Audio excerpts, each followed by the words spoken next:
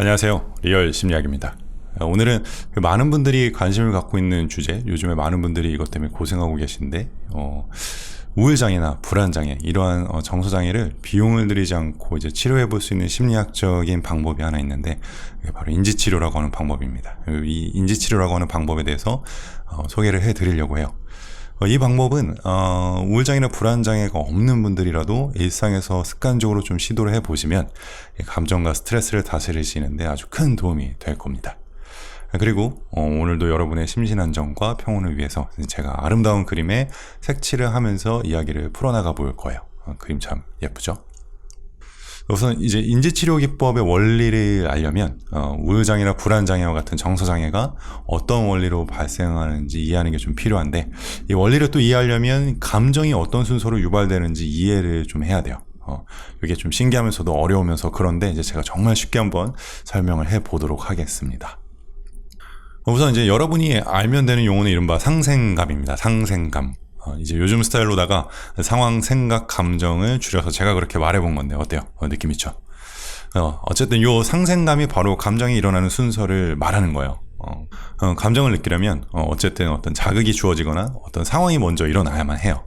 그럼 이제 우리 인간의 뇌는 이제 그 상황이나 자극에 대해서 어떤 생각을 굉장히 빠르게 또 자동적으로 하기 시작을 합니다. 그리고 나서 이제 감정을 느끼는데, 내가 한 생각이 어떤 생각이냐에 따라 감정의 종류가 달라지게 되는 거예요.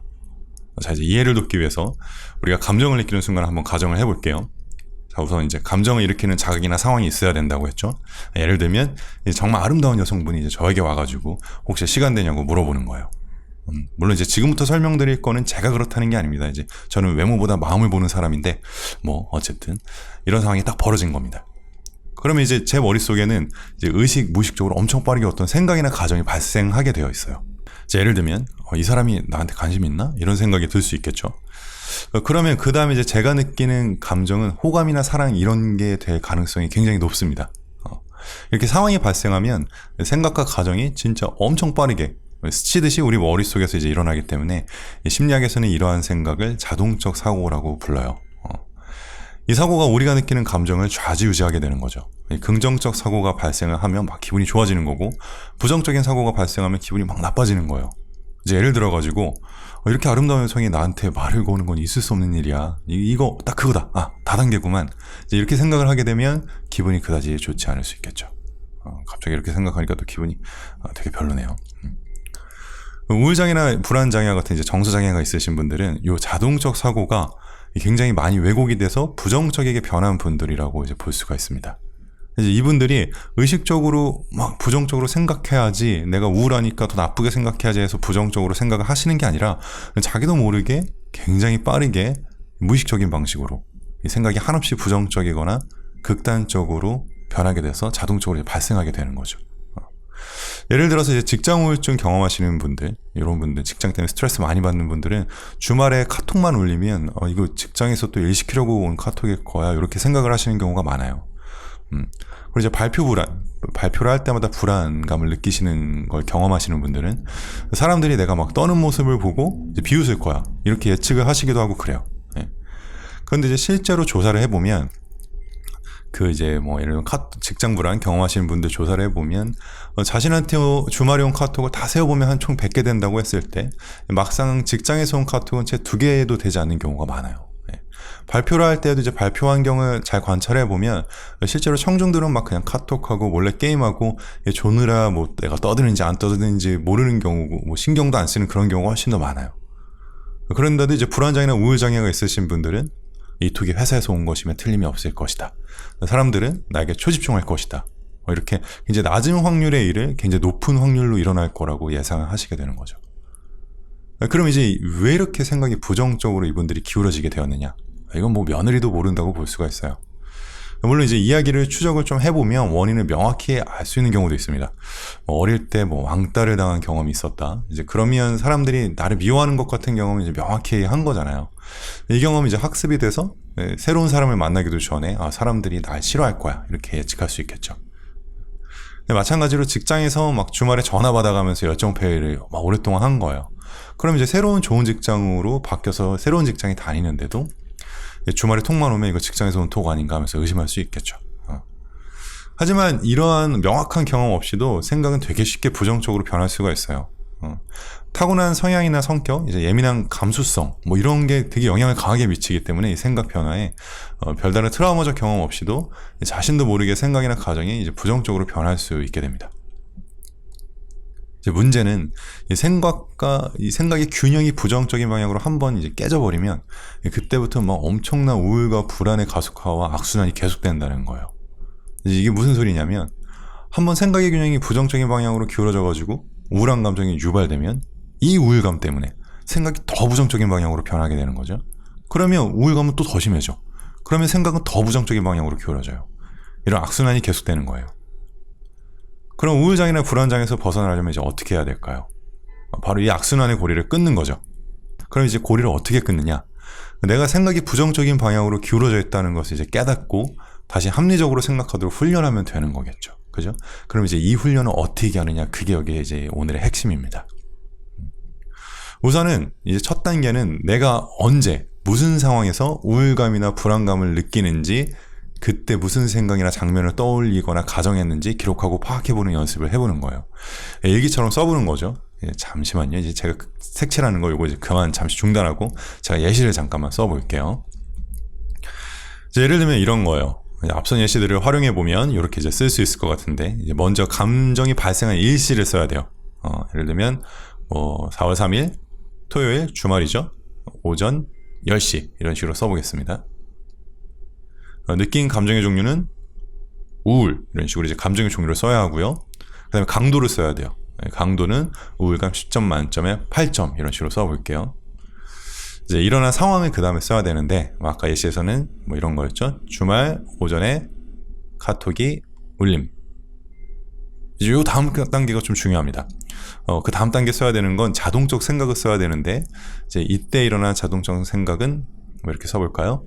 이 톡은 필히 회사에서 나에게 일을 하라고 보낸 톡일 것임 정도로 써볼게요. 또 하나 써볼게요. 이번엔 새로운 상황으로 가정을 좀 해보도록 하겠습니다. 일시는 같은 날 10시 30분. 10시에 우울감을 느낀 지 30분도 채 안 돼서 또 부정적인 감정을 느꼈다니 이거 너무 슬픈 거 아닌가요? 어쨌든 한번 계속 써볼게요. 이번에는 느낀 감정의 종류를 불안으로 해볼까요? 네, 불안. 그리고 강도는 10점 만점에 6점. 일어난 상황은 주말 아침인데 여자친구가 전화를 받지 않음. 이제 그 다음에 이제 자동적 사고로 써야 된다고 했죠? 이때 일어나는 내 생각은 여자친구가 내 전화를 피하고 있음 정도로 써볼게요. 근데 회사에서 카톡 온 거는 우울감이 10점 만점에 8점인데 여자친구가 날 피하고 있는데 10점 만점에 6점인 거 좀 웃기게 한 것 같은데, 어쨌든 그리고 이게 다시 한번 말씀드리지만 이 제 경험이나 생각이 절대 아닙니다. 이거는 그냥 예시를 드는 거죠. 자, 처음에는 이렇게 이제 계속 기록하는 습관만 가져보는 거예요. 휴대폰을 들고 다니면서 이제 수시로 간단히 기재하면 더 좋고, 안 되면 자기 전에라도 기록을 한번 해보는 거죠. 그리고 이렇게 기록하는 습관이 익숙해지고 나면 내 자동적 사고나 생각이 이제 사실이 아님을 지지하는 근거를 찾아 써야 해요. 이 단계가 제일 중요한 단계입니다. 내 생각이 잘못됐다는 걸 지지하는 반박 근거를 찾아 써야 되는 거예요. 예시를 한번 들어볼게요. 이게 정말 중요한데, 예를 들면 이제 오전 10시에 느낀 우울감 기록에 대해서는 실제로 주말 아침에 온 카톡 중에서 현재 직장에서 온 것이 얼마나 되는지 세어보는 거예요. 이런 시도를 해보는 겁니다. 그리고 세어본 다음에 이렇게 쓰는 겁니다. 반박 근거 땅땅.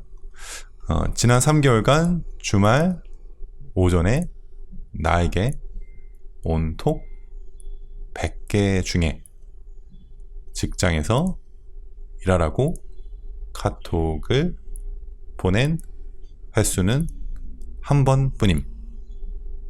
지금도 친구에게 온 메시지임.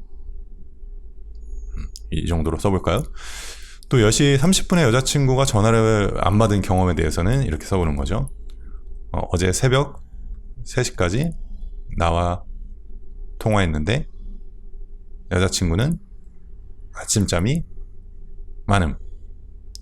뭐 이런 식으로 내 생각과 가정에 반할 수 있는 여러 사실 증거를 찾아서 적는 것이죠. 이제 물론 어떤 것들은 반박을 하려고 해도 이 도무지 반박 근거를 이제 찾을 수 없는 경험들도 있어요. 이제 그런 경험들은 나쁜 감정을 그대로 느껴야만 하거나 느끼는 게 너무 자연스러운 경험들인 거예요. 예전에 이제 제 친구가 이제 자기는 좋아하는 이성에게 고백을 할 때마다 차인다고 너무 우울하다고 이제 그러더라고요. 좋아하는 이성에게 거절당하면 우울한 건 당연한 거죠. 내가 상대방을 좋아하는 만큼 상대방이 나를 좋아하지 않는다는 생각에 우울감이 든 것일 텐데 거기에 우울감을 느끼는 것은 너무 자연스러운 심리적 반응인 거예요. 이때 막 웃으면서 행복해하면 그 나름대로 되게 위험한 사람인 것 같지 않아요? 그죠? 여기까지는 딱 괜찮은데 이제 한 발짝 더 나가서 이제 이 여사친이 날 거절하는 걸 보니까 난 정말 무능하고 사유가 없는 사람이야. 이제 이런 생각을 하게 되면 이제 객관적 사실과 다르게 부정적으로 생각하는 경향이 생겨나기 시작한 것이라 볼 수 있죠. 나는 충분히 가치 있는 사람인데 이 거절은 그 거절일 뿐인데 이때는 이제 인지치료적 개입이 필요하게 되는 겁니다. 이번에도 제 친구 이야기지 제 이야기는 절대 아닙니다. 이렇게 이제 일기처럼 부정적 감정이 생겼을 때 자신이 무슨 생각을 하는지 또 이를 반박하는 증거가 무엇인지 기록해가지고 스스로 생각이 잘못되었으면 확인하는 과정, 이게 바로 인지치료라고 하는 겁니다. 그럴듯하죠? 이렇게 이른바 이제 사고기록지라는 것을 습관적으로 쓰는 것을 말 그대로 습관해 보신다면 정말 엄청 빠르게 정서장애가 호전되시는 것을 알 수 있을 거예요. 상담 치료 받으러 가시면 이제 통상적으로 이런 것을 상담사랑 같이 하시는 거예요. 혼자 생각하면 이제 아이디어가 잘 안 떠오르고 내 감정도 잘 복귀가 안 되니까. 근데 이제 원리만 알면 혼자서도 이제 제가 말씀드린 것처럼 해볼 수 있습니다. 일상에서. 비용이 전혀 들지 않는 거죠. 여기서 종종 이렇게 질문하시는 분들이 있어요. 이제 우울하고 불안한 본인의 감정을 모를 수도 있냐? 어차피 알지 않느냐?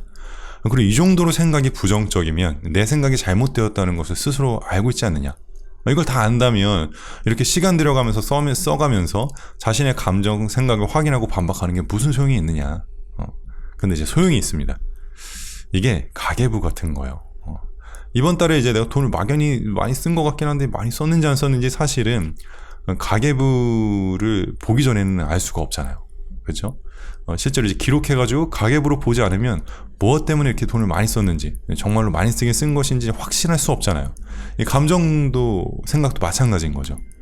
또 생각 같은 경우에는 무척 극단적인 생각임에도 자신의 그 극단적인 생각이 사실일 거라고 우리가 실제로 되게 많이 가정을 해요. 우리 주변에 되게 쉬운 예시들이 있는데 정치인들 보면 그렇잖아요. 이 말도 안 되는 얘기인데 이거가 진짜라고 막 생각하고 막 공표하고 그러잖아요. 뭐 그렇다고 정치인들이 이제 정신장애라는 것은 절대 아닙니다. 이건 비밀입니다. 제가 그런 의도로 말한 것은 절대 아닙니다. 어쨌든 이러한 이유로 이제 가계부 쓰듯이 감정 가계부를 써 나가시면서 본인의 생각을 스스로 반박하는 연습을 하시면 정서장애가 정말 빠르게 호전되실 수 있을 거고 정서장애가 없는 분들도 일상에서 시도를 해보신다면 정말 큰 효과를 볼 수 있을 겁니다. 이제 스트레스 관리 이런 데 있어서. 자, 오늘 이제 우울장애나 불안장애 시에 일상에서 돈 안 들이고 할 수 있는 치료 방법인 사고기록지 작성과 인지치료에 대해서 간단히 이야기를 나누어 봤네요. 자, 어느새 그림도 완성이 다 됐어요. 어때요? 기가 막히죠? 제가 생각해도 기가 막힙니다. 전업 화가에 한번 도전을 해봐야겠어요. 그럼 오늘도 정말 감사했습니다. 청취해주셔서 감사합니다. 안녕히 계십시오.